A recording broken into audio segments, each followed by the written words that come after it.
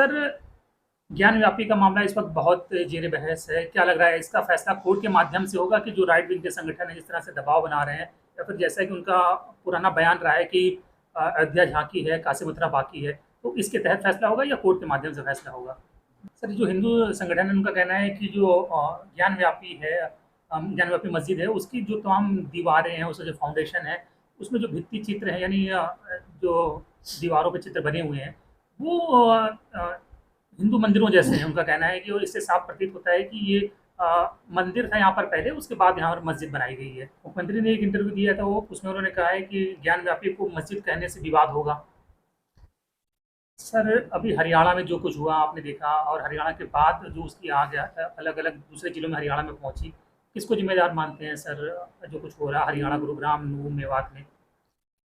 Sir, अभी एक video viral हो रहा है हरियाणा का, जिसमें तमाम जो दक्षिणपंथी संगठन के लोग हैं वो कह रहे हैं कि जो मुस्लिम रेहड़ी वाले हैं वो इलाका छोड़ दें, नहीं उनको सख्त उनको सबक सिखाया जाएगा।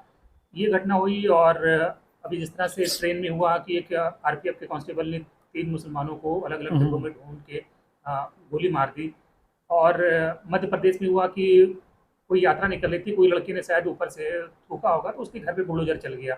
हम्म। तो क्या लग रहा है सर कि ये क्लियर मैसेज है कि मुसलमानों को अब सेकंड क्लास सिटीजन बनना स्वीकार कर लेना चाहिए, ये साफ मैसेज है क्या?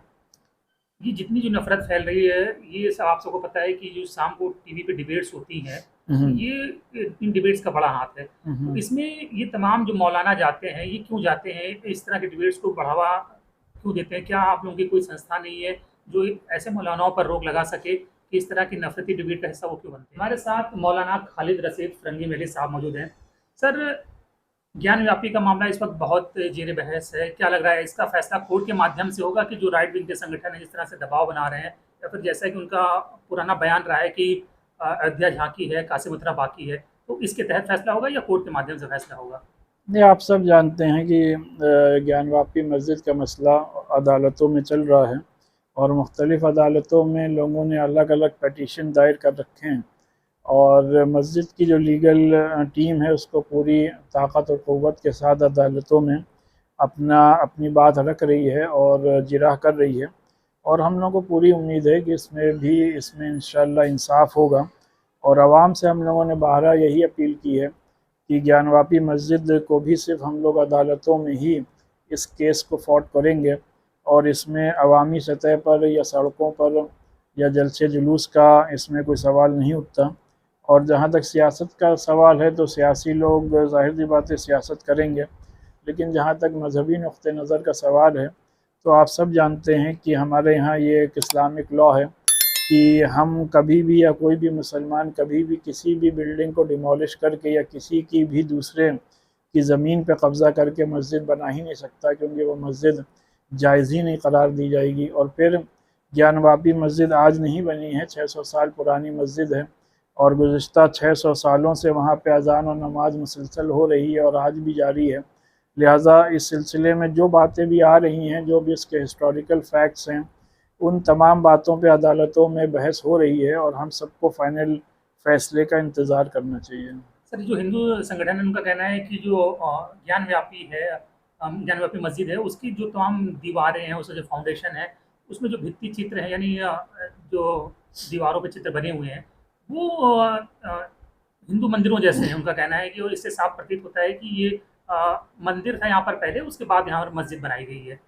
ये आप सब जानते हैं कि माजी में बहुत बड़े पैमाने पर, और आज भी आप देख लें तो बहुत बड़े पैमाने पर मस्जिदों के बाहर हमारे हिंदू भाई और बहनें आती हैं, और जो लोग नमाज़ पढ़ के आते हैं उनसे दुआओं की दरख्वास्त करती हैं, और उनसे अपने ख़ासकर छोटे बच्चों की सेहत के लिए उनसे दुआ दम कराती हैं।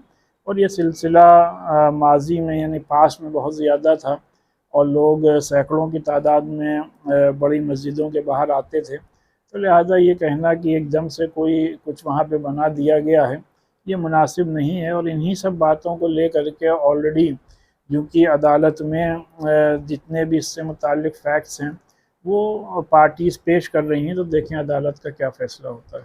मुख्यमंत्री ने एक इंटरव्यू दिया था, वो उसमें उन्होंने कहा है कि ज्ञान व्यापी को मस्जिद कहने से विवाद होगा।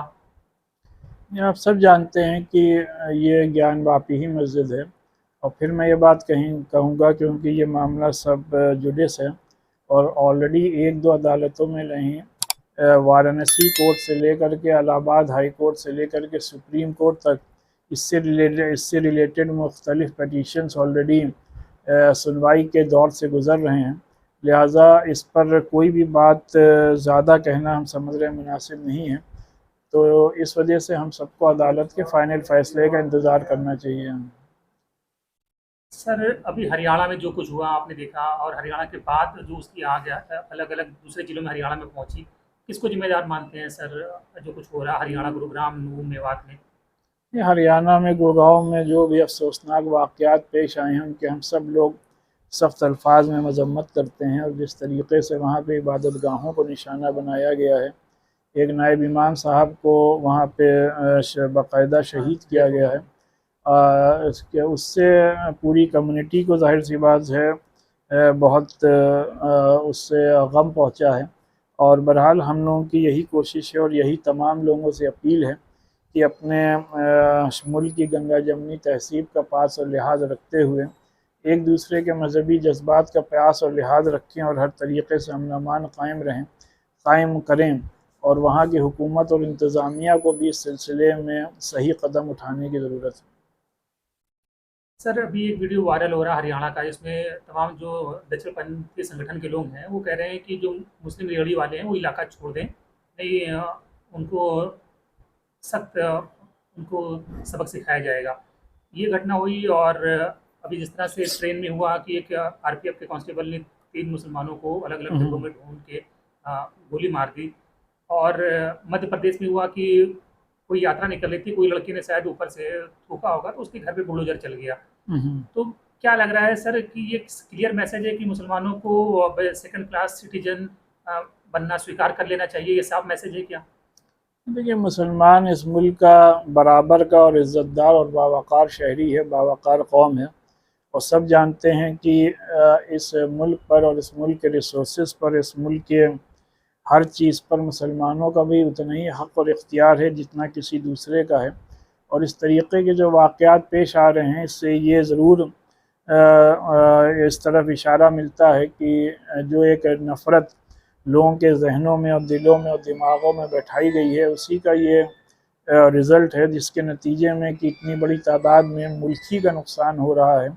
और कहीं ना कहीं इंटरनेशनल लेवल पर भी मुल्क की जो इमेज है उस पर बहुत ख़राब असर पड़ रहा है। तो हम ये समझते हैं कि मजहबी कायदीन को भी और उसी के साथ साथ हुकूमतों को भी इस तरफ खुसूसी तवज्जो देते हुए जो भी मुलजिम हैं उनके ख़िलाफ़ सख्त कार्रवाई करते हुए हर तरीक़े से अमन अमान कायम करवाना चाहिए। लेकिन उसके साथ ये भी ज़रूरी है कि जो सही मुलजिम हैं उन्हीं को सज़ा दी जाए। सर एक आखिरी सवाल, ये जितनी जो नफ़रत फैल रही है, ये सब आप सबको पता है कि जो शाम को टीवी पे डिबेट्स होती हैं, ये इन डिबेट्स का बड़ा हाथ है। तो इसमें ये तमाम जो मौलाना जाते हैं, ये क्यों जाते हैं? इस तरह के डिबेट्स को बढ़ावा क्यों देते हैं? क्या आप लोगों की कोई संस्था नहीं है जो ऐसे मौलानाओं पर रोक लगा सके कि इस तरह की नफ़रती डिबेट का हिस्सा वो क्यों बनते हैं?